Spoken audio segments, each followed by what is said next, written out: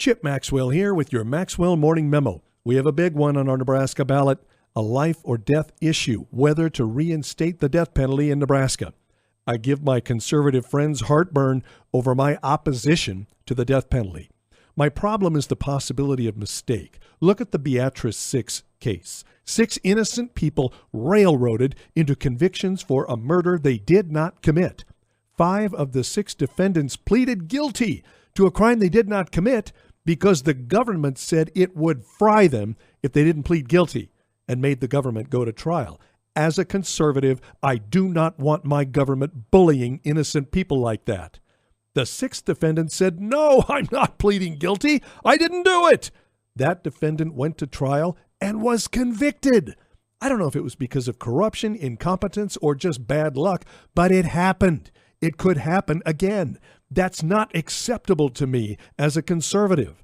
By the way, in that case, the system did not correct the error. Some death penalty supporters say, "Oh, that Beatrice case is proof that the system works. They were all freed." The system failed the Beatrice 6 in multiple ways. The error was corrected by pressure brought to bear from outside the system, DNA evidence proving that all 6 were innocent. Supporters of the death penalty say, well, that's why we can apply the death penalty now without worrying about executing innocent people. We have DNA and other evidentiary tools to eliminate the possibility of error. You cannot eliminate the possibility of error. And there have been instances in Nebraska of people tampering with evidence. And what about cases that don't have clean, lockdown, slam dunk, made-for-TV evidence? In 1995, Omaha police officer Jimmy Wilson Jr. was killed when someone jumped out of a van full of gang members and fired a shotgun at him. The investigative and media attention focused on Quincy Hughes as the killer.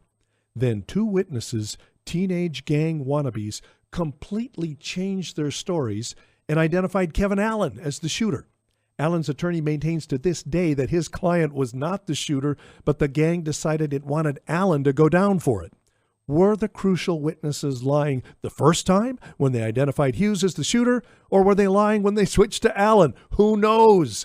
I do not want the government exercising lethal force in such cases. We just had the Garcia trial in Omaha. And of course, there's the poster boy for the death penalty, Nico Jenkins. Jenkins never should have been released. Garcia should never again be free. Well, why not just go ahead and kill him? They forfeited their right to life by unjustifiably taking another life. The problem is that the rule of law must be uniformly applied in all cases.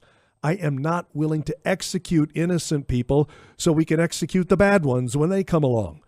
If we need to amend our state constitution to make sure that life means life when it comes to a prison sentence, then let's do it. But let's not risk killing innocent people in the name of justice. To talk about this and other issues, join me, Chip Maxwell, for Check with Chip, Saturday morning at 7. That's Check with Chip, Saturday morning at 7 on 94.5 FM, 1420 AM, The Answer.